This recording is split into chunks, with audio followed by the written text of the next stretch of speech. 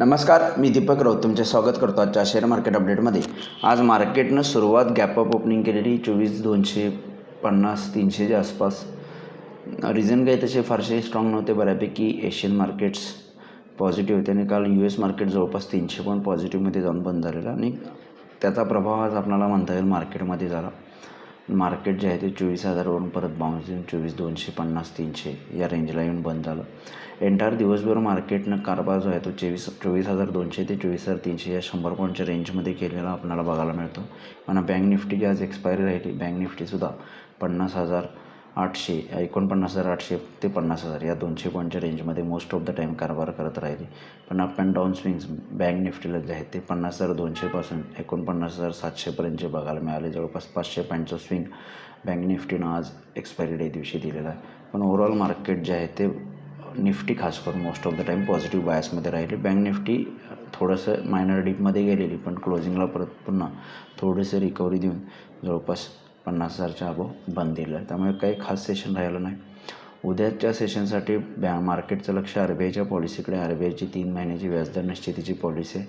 व्याजदर अनचेंज राहतील असं वाटते, पण next path further rate cut येऊ शकतील का याच्यावर मार्केटची नजर राहील। जर RBIनं तशा पद्धतीच्या काही हिंट्स दिल्या तर मार्केटमध्ये रिकव्हरी येऊ शकते किंवा एखादी रिकव्हरी रॅली येऊ शकते उद्या पॉलिसीनंतर। त्यामुळे उद्या RBIची पॉलिसी येईल 10 वाजता।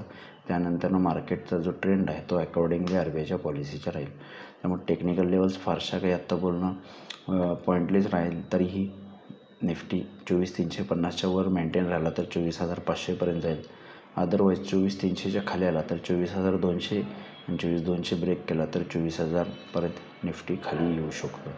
बँक निफ्टी सिमिलर थोडंसं उद्या बँकिंग क्षेत्राशी रिलेटेड RBI पॉलिसी आहे, त्यामुळे मला वाटतं बँक निफ्टी एखादा चांगला स्विंग्स दाखवू शकते। पण तरीही जर 50,000च्या वरती मेंटेन राहिला, पॉलिसी अकॉर्डिंगली मार्केट एक्सपेक्टेशनप्रमाणे आले तर मे बी म्हणजे थोडं व्याजदर कट फर्दर होतील या हिशोबानं तर may be bank Nifty rally करू शकते। 50,500 ते 50,500पर्यंत एव्हाना त्याचे अभाव जाऊ शकते पॉलिसीनुसार।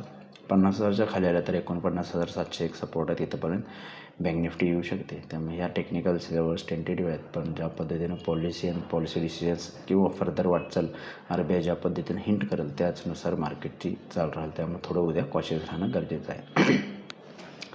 FIDIचा डेटा आजचा अजून अवेलेबल झालेला नाही आहे। NSEमध्ये आज 1967 शेअर्स वाढले, त्या बाजूला 390 शेअर्स पडलेत। निफ्टीमध्ये 42 शेअर्स वाढले, त्या बाजूला 8 शेअर्समध्ये पडत झाले। वाढणाऱ्या शेअर्सची संख्या NSE आणि निफ्टीमध्ये जास्त आहे। आणि सेक्टर इंडिसायझेसमध्ये सुद्धा सगळे सेक्टर्स वाढून बंद झालेत। त्यास जास्त वाढलेल्या सेक्टरमध्ये IT, मेटल, ऑटो, फार्मा आहे आणि त्याच्या पाठोपाठ बँक्स आणि FMCG सेक्टरमध्ये आज चांगली वाढ बघायला मिळालेली आहे। ग्लोबल मार्केटसुद्धा पॉझिटिव्ह आहेत। युरोपियन मार्केट्स 1 ते 1.25% पॉझिटिव्ह आहेत। डाऊ फ्युचरसुद्धा 400 पॉईंट पॉझिटिव्ह आहे। त्यामुळे US मार्केट फ्युचर्समध्ये पॉझिटिव्ह आहेत, युरोपियन मार्केट्स पॉझिटिव्ह आहेत।